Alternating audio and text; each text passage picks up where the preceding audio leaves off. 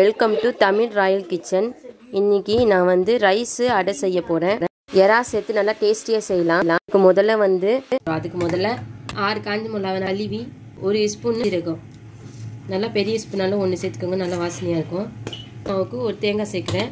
தேங்காய் நீங்கள் நிறைய போட்டு செய்யுங்க, அடை சூப்பராக டேஸ்டியாக இருக்கும்.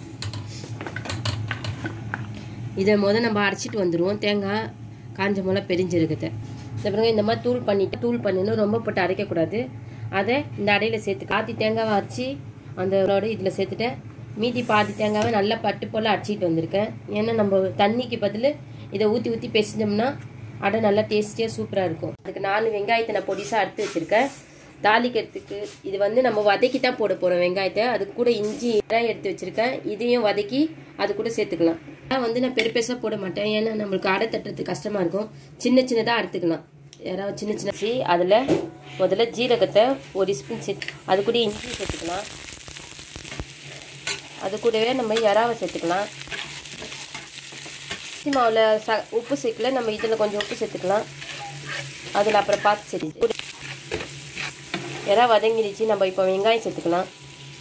4 வெங்காயம் சொன்னல, அந்த வெங்காயத்தை சேர்த்து நல்லா ஒரு வதக்கி போட்டால் நல்லா கொஞ்சம் மஞ்சள் சேர்த்துக்கிறேன்.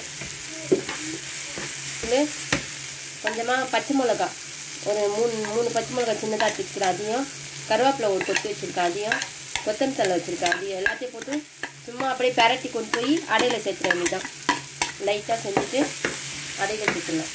சட்டை செய்யக்கூடிய அடை தான் இது. ஈஸியாக சட்டின்னு அரிசி மாவு வச்சு செஞ்சிடலாம். அரிசி மாவு உங்களுக்கு இல்லைன்னா நீங்கள் அரிசியை ஊற போட்டு அரைச்சி அதையும் இது மாதிரி உடனே செய்யலாம். நல்லா டேஸ்ட்டாக இருக்கும், நல்லா பொசுன்னு இருக்கும். நான் இப்போ இதுக்கு தேவையான உப்பு சேர்த்துக்கிறேன். அரிசி மாவுக்கு தேவையான உப்பு அதில் கொஞ்சம் தான் நான் வதக்குனதை ஃபஸ்ட்டு 2வதாக சேர்த்துக்கிறேன். உப்பு சேர்த்து பிற்பாடு நல்லா எல்லாத்தையும் தள்ளி விட்டுருங்க க்ளீனாக.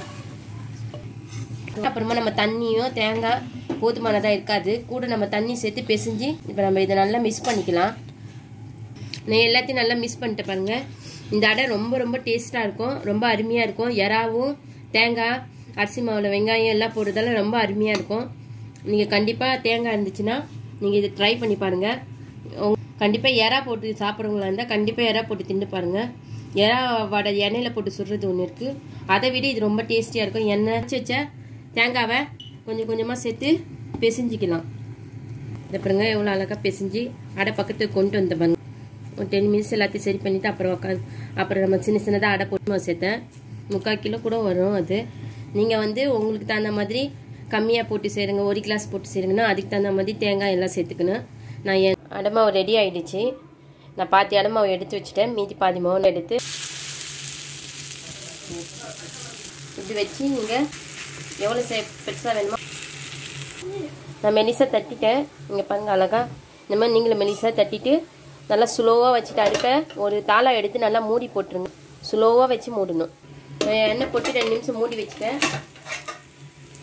பாருங்க அழகா இப்படி இந்த ஏனத்தில் இப்படி வச்சுக்கிட்டு இதை அப்படியே திருப்பி போட்டுருங்க. அவ்வளோதான் வேலை இருக்கும். டேஸ்ட்டாக மொறுண்டு திருப்பி போட்டு அழகாக சுற்றி எடுத்துட்டேன். பாருங்கள் எவ்வளோ அழகாக சூப்பராக இருக்குது பாருங்கள். டேஸ்ட்டையும் அப்படி இருக்கும் சூப்பராக. நீங்களும் நல்லா ட்ரை பண்ணி பாருங்கள். அது சேஞ்ச் ஆயிடுச்சு கலரு.